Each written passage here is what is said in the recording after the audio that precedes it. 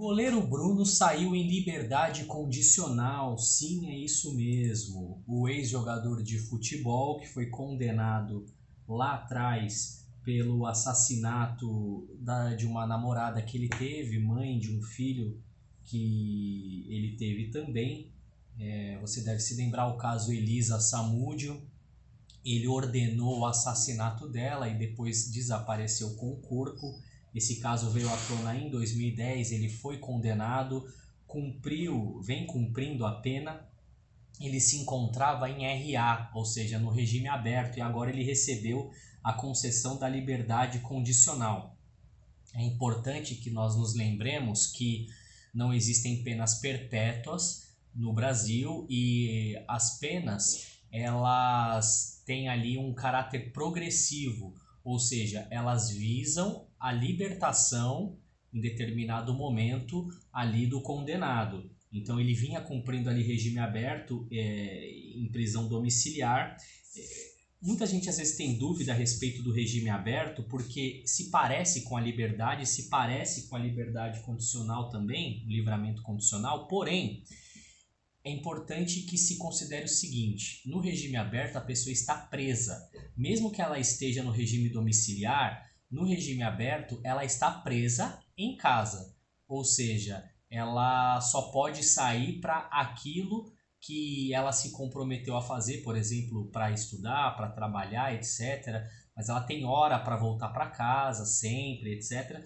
E no livramento condicional a pessoa está livre, ela tem ali uma antecipação da sua liberdade mediante o preenchimento de algumas condições e mediante alguns requisitos cautelares que ela precisa cumprir durante esse tempo. O restante da sua pena, onde ela estará em livramento condicional, ele é considerado como um período de prova. Então, por exemplo, no caso do goleiro Bruno, ele fica obrigado apenas a se apresentar trimestralmente à justiça em alguma das unidades do estado do Rio de Janeiro para assinar um boletim de frequência, manter o seu endereço atualizado, informar as suas atividades, aonde ele está trabalhando, etc, etc, etc.